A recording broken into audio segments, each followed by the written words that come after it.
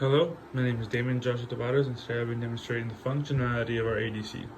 So essentially what we have going on here is we have our microcontroller that is being fed a program that is cycling from 0 to 255. So those numbers are being fed into our DAC, and that DAC output is being fed to the LM311 comparator. Now what it is doing, it is comparing an analog input using this potentiometer, and it is outputting a certain value. So that value will be assigned either a 0 or a 1 depending on the comparison. So what is going on is that we have these numbers being cycled from 0 to 255, and depending on where the analog input is here, if the output voltage from our DAC is greater than the analog input, it'll display a 1. And what that should do, it should give the microcontroller the command to display on another port an output, and the output should be connected to LEDs as it is here, and it should display the number that from 0 to 255 that made the DAC and the LM311 comparator equal 1, and that should show the number in binary given the 8 LED outputs we have here. Now if it is 0, which means this comparator gave the output value 0, the code should continue to run and iterate from 0 to 255 in order to find that value depending on the input voltage. So if we turn on the voltages from the power supply, we see here that we already have some sort of LEDs being turned on, and that is because we have a certain voltage being plugged into the LM311 comparator. So as you can see here, you get your multimeter, we have 1.50 volts being fed into the LM311.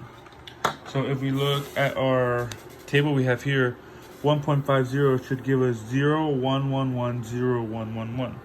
And if we go and we check our LEDs, we see that we have that here. We have, as you can see it, we have 0, 1, 1, 1, 0, 1, 1, 1. So that's exactly what we have here. And if we continue to change these values using the potentiometer, I'll have to put this phone down momentarily to simultaneously read the analog input and check which voltages we are supplying to the LM311. Let's say we go to 2.50. So if I pick this phone back up, I can show you that if we read what is being inputted, here we have 2.50. And if we go to our table again and we look for 2.49, it should be 110000101. So we look here, we have 110000111. Actually, it's 101. Is why this light is flickering here. It should be 0. So if we try to find, let me put this phone down again, and we try to say we input the voltage to be 3.50, which is surpassing our full scale voltage. So say we have 3.60 actually. All our LEDs should be on, and the reason is because it is surpassing the full scale voltage, and the full scale voltage is actually the least voltage number to receive the binary 255, which is all binaries being 1, 1, 1, 1, 1, 1, 1. So as you see here, they are all 1, 1, 1, 1, 1, 1.